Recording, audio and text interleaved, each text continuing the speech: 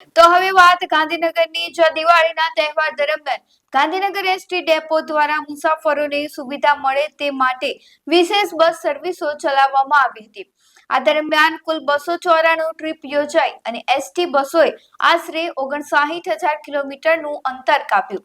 સરકાર દ્વારા પૂરી પાડવામાં આવેલી આ વિશેષ એસટી સેવા દ્વારા કુલ 11,000 પેસેન્જરોએ મુસાફરી કરી હતી। આ તમામ ટ્રીપમાંથી ગાંધીનગર ડેપોને કુલ 20 લાખ રૂપિયાની આવક થઈ હતી।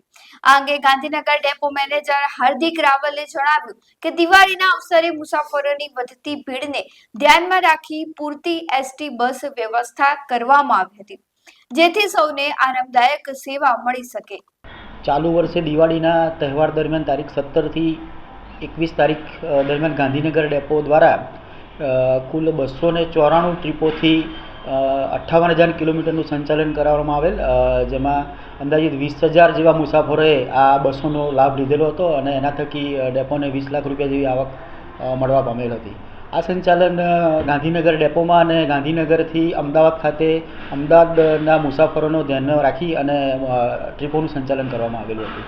વધુમાં ગાંધીનગર ડેપો દ્વારા જૂનાગઢ પોરબંદર તરફ મુસાફરોનો ઘસારો જોઈ અને એડવાન્સમાં ઓનલાઈનમાં બસો મૂકવામાં આવેલી હતી, જેનો પણ મુસાફરોનો સારો પ્રતિસાદ મળવા પામેલ હતો।